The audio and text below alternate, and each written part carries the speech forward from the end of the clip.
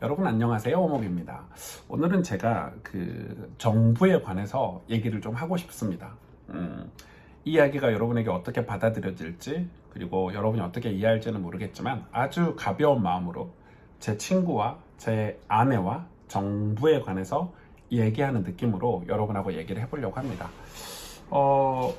우리가 자꾸 헷갈리는 게 뭐냐면 기독교인들이 어떤 정부를 지지하는 거에 관한 이야기입니다. 뭐 여당을 지지한다, 야당을 지지한다. 저는 전라도 광주 사람이지만 보수적인 정치 색깔을 가지고 있습니다.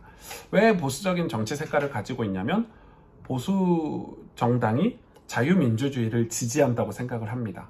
그래서 자유민주주의를 지지를 해야 거기에 신앙의 자유가 있고, 그리고 그 자유민주주의 속에서 우리가 마음껏 능력대로 살 수 있다고 저는 자유를 지지하는 편입니다. 그래서 뭐 진보라든지 뭐 공산주의와 가까운 어떤 정책들에 대해서 저는 별로 좋아하진 않고, 그건 저 개인적인 성향이겠죠. 그러나 어떤 기독교인들과 목사님들을 보니까, 이번에도 보니까 야당의 이 대통령 후보를 지지한다 하고 한국 어떤 이 교회 연합체에서 지지 성명서를 냈죠. 저는 그거에 대해서 되게 좀 화가 났습니다. 미국이라면 조금 다를 수 있겠죠. 미국은 정통적으로 뭐 공화당이다 민주당이다 뭐 집안 내력 내내 뭐 그걸 지지하는 뭐 어떤 문화가 있지만, 저는 우리나라에서는 조금 그게 문제가 있다라고 생각합니다. 그리고 교회는 기본적으로 선지자적인 역할을 해야 된다. 선지자적인 역할을 하기 위해서는 교회가 어떤 정당이든지 결탁이 돼서는 안 된다. 그래서 정당과 교회가 결탁해서 그 정당의 권력이라든지 정당이 주는 어떤 유익이라든지 정당이 주는 어떤 힘의 혜택을 교회가 받아서는 안 된다. 교회는 교회로서의 존재, 교회가 세상의 죄악에 대해서 회개 메시지를 전달하고, 국가가 잘못했을 때 그걸 지적할 수 있는, 그걸 올바르게 갈 수 있도록 바로 잡아줄 수 있는 선지자적인 역할을 교회가 해야 된다고 저는 확고히 생각하고 있습니다. 그런데 저같이 보수를 지지하는 거는, 자유민주주의를 지지하는 거는 어떻게 보면은 우리나라 입장에서는 어떻게 보면은 나쁘지 않지만은, 그렇다고 해서 보수가 잘못하고 있는 거에 대해서 맹신하거나 그거를 감싸주는 거는 굉장히 잘못됐다고 생각합니다. 그러니까 진보든 보수든 여든 야든 교회는 하나님 말씀인 성경 진리 위에서, 복음 위에서 선지자적인 역할을 해야 된다고 저는 생각해요. 어떤 정부든지 성경적이거나 하나님이 기뻐하시는 정부 없다고 저는 생각해요. 여러분, 성경에 보면은 정사와 권세를 악한 영들이 장악한다 그랬고, 말세에는 이 정사와 권세가 전 세계를 장악하게 된다고 그래요. 그러니까 마귀가 이 권력을 통해서 전 세계 영향력을 끼친다고 하고, 그리고 이제 요한계시록에 보면은 통합 정부가 나온다고 그렇게 되죠. 통합 정부가. 그래서 그 정부 자체를 교회가 지지하고 옹호한다는 거는 있을 수 없는 일이라고 생각이 듭니다. 단 우리가 조금 더 신앙의 자유, 조금 더 하나님 앞에 예배할 수 있는 자유를 위해서 정부를 선택은 할 수 있겠죠. 혹은 개인이라면 개인의 이익을 위해서 정책 같은 것들을 살펴보고 자기의 기호에 맞게 지지를 할 수 있겠죠. 예를 들어서 교회가 정당을 지지하려고 하는데 어떤 정당에서 성경과 반성경적인 정책을 펼친다. 그러면 그 정당은 지지하지 않겠죠.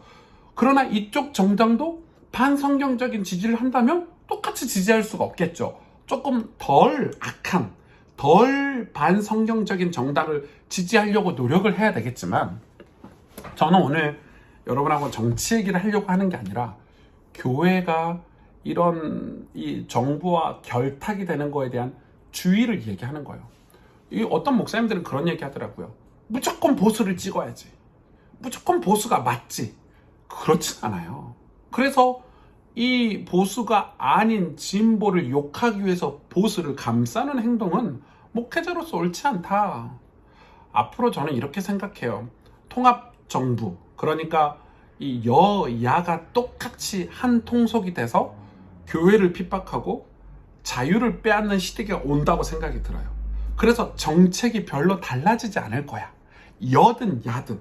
근데 우리는 막 여야 갖고 막 싸우지만 우리가 진짜 기도해야 될 거는 이 위정자들이 하나님을 두려워하도록 기도를 해야 되고 그런 게 너무 좀 안타까운 거죠. 목회자들이 막 열을 올려. 이 대통령 후보가 맞아. 이 대통령 후보는 틀렸어. 또 어떤 목회자들이 이 대통령 후보가 맞아. 이 사람은 틀렸어. 과연 여러분 우리가 역사를 쭉 지내왔잖아요. 정말 정답이 있습니까? 거기에 소망이 있습니까? 물론 조금 더 나은 대통령을 뽑기 위해서 우리가 투표를 하는 걸 하고 또 그 사람들이 많은 이 선거운동을 통해서 많은 정책들을 우리가 들어보고 그리고 뽑아야 되는 게 맞고요.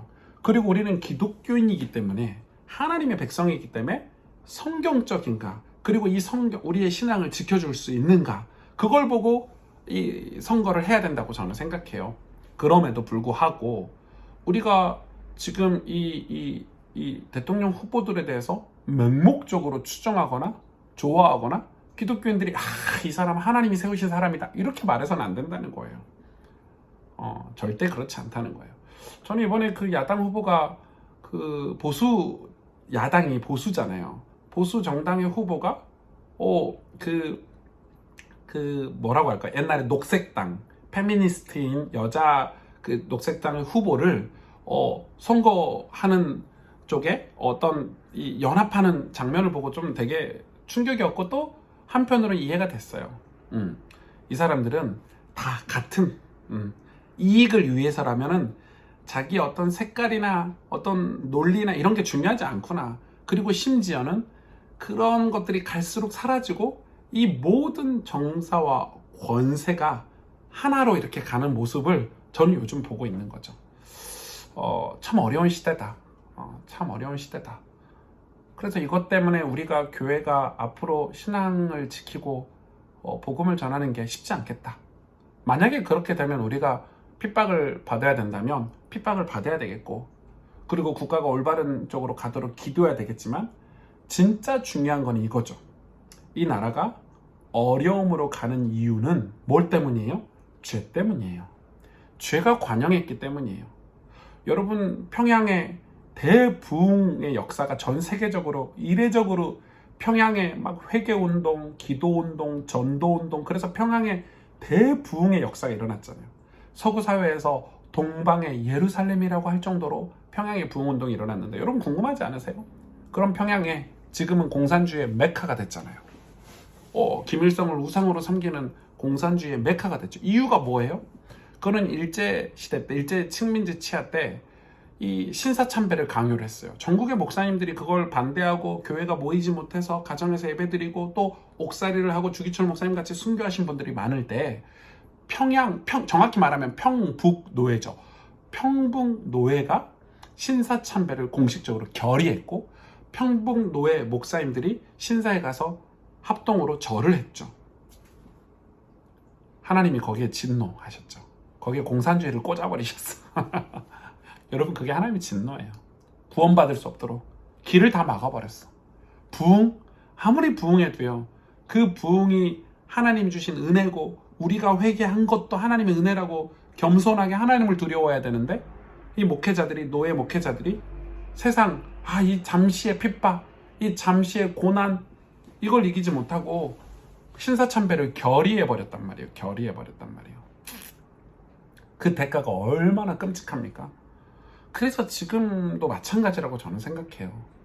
이 시대의 어려움은 코로나 때문이 아니고 어떻게 보면 정부 때문도 아니라고 저는 생각해요. 악한 영들이 그 배후에 역사하고 있고 진짜 우리가 싸워야 될 거는 기독교인과 교회가 싸워야 될 거는 죄와 싸워야 돼요. 하나님을 두렵고 떨림으로 섬기고 하나님을 예배하지 못하게 하는 수많은 죄악들 지금 우리 안에 다 와 있잖아요.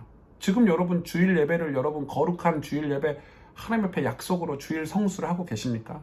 요즘은 뭐 여행 가고 뭐 신혼여행 가고 뭐 조금만 몸이 아파도 주일날 교회 안 가잖아요. 그 정도로 하나님이 나의 절대적인 구원자이고 창조주이고 예배의 대상이라고 생각하지 않는 시대예요.